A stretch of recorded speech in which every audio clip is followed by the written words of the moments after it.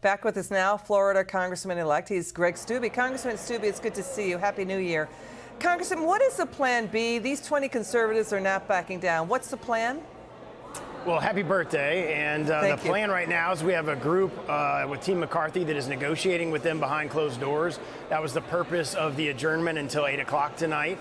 So hopefully there can be some breakthrough of the logjam that is that solid 20 people that are voting. A lot of their concessions has been on the rules, and McCarthy has made a number of different concessions as it relates to that. So maybe there's some more steps that they can take to try to assure and secure some of those more votes. But that's where we're at on the floor right now.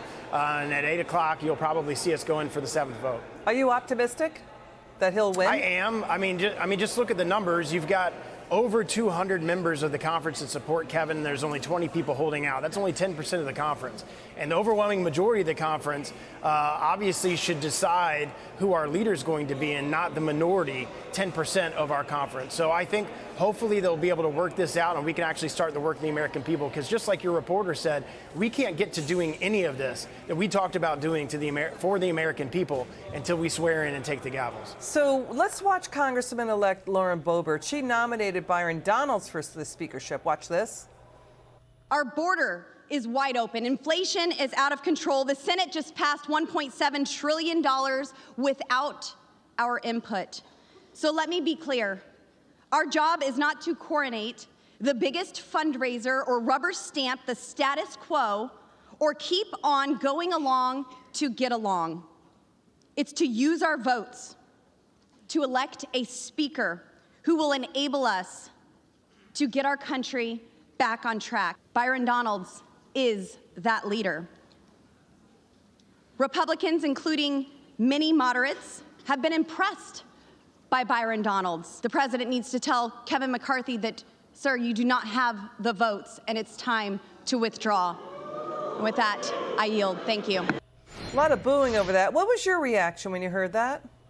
Well, first of all, Byron Donalds doesn't have the votes either, and he's got a lot farther to go than Kevin McCarthy does. And I would say on the points that she brought up as it relates to the issues are all issues that Kevin McCarthy says he's going to address. He's been to the border. He said that that's going to be a priority. He's going to create a committee specifically to investigate China. He's going to create a committee specifically to investigate the corruption at the DOJ and the FBI. Jim Jordan is going to be Judiciary Chair and head a lot of these investigations as it relates to the immigration reform and the border and all of these things that she talked about that need to be addressed that Kevin McCarthy said he's going to address. And members like myself who are conservatives from states like Florida are going to stand with him and fight for the American people. So should McCarthy back down now and get a consensus candidate that the House GOP can unify behind? Because the Freedom Caucus members, they overwhelmingly come from safe, solidly red districts. So they're unlikely to be politically harmed by this.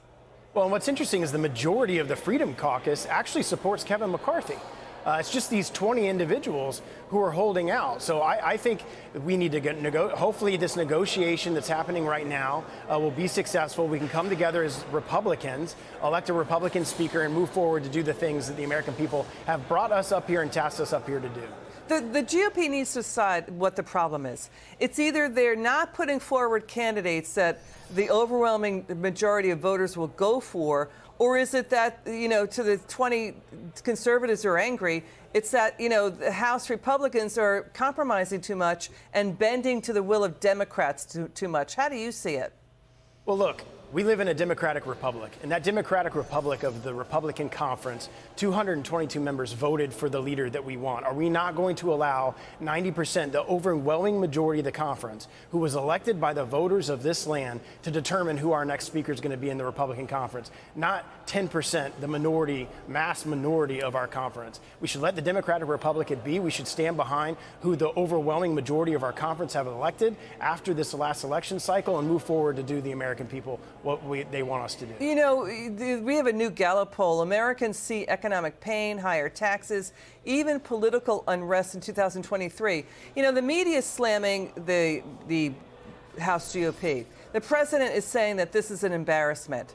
What's an embarrassment really is recession, inflation, a collapsed border, and rising crime, and much more of these crises. So people say, will complain about this, that this is messy, but that's democracy. This is messy.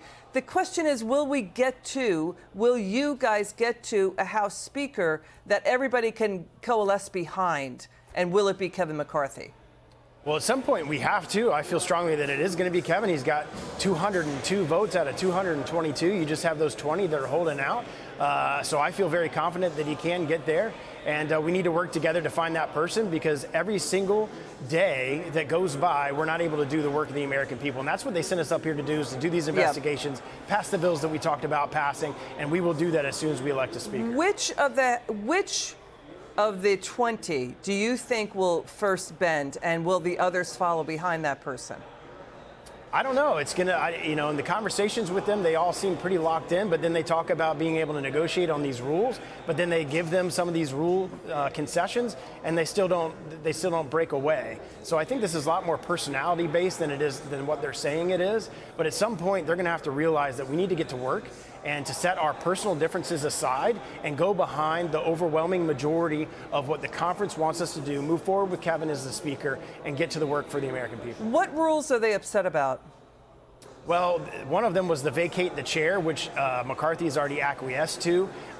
First, they were asking for one. Now he agreed to 5 members can move to vacate the chair. And think about how dangerous that is. You're empowering the Democrats. But he agreed to it. If 5 members in our conference decide to make a motion to vacate the chair, then we will re-vote for speaker and be in the same exact circumstance that we're in now. But you're empowering the Democrats to join with those 5 individuals. And you could actually have a scenario where 5 moderate Republicans join with the Democrats to elect their own speaker. We're not far from that. If there's 5 Republicans, moderate Republicans, that want to break off and go with the Democrats, we could be in that scenario where you have either a moderate Republican or, God forbid, a Democrat in a Republican conference if 5 Republicans break off and join them. That's where we're at, and we need to get behind who the conference voted as our leader and move forward. Well, what's really an issue, too, is, and you see the debate, the fiery debate going on in the GOP. It's taxpayers' money being spent with questions about lack of oversight. Biden's calling the ongoing vote embarrassing. But what's embarrassing, again, is this blowout government spending in the dead of night where you guys are not holding hearings on it, reading the bills, and, not even debating it. So, when you see that, you feel like, it's this sort of this, makes FDR's New Deal spending look like, coins under the couch cushion, the size of the spending that's going on in the dead of night. So let's take a listen to President Biden weighing in on all of this today. Watch this. Are you going to be visiting the border when you head down to Mexico? That's my intention. We're working out the details now. With regard to the fight over the speaker, excuse me, that's not my problem. I just think it'd be embarrassing it's taking so long in the way they're doing with one another. And the rest of the world's looking. It's not a good look. It's not a good thing. It's the United States of America.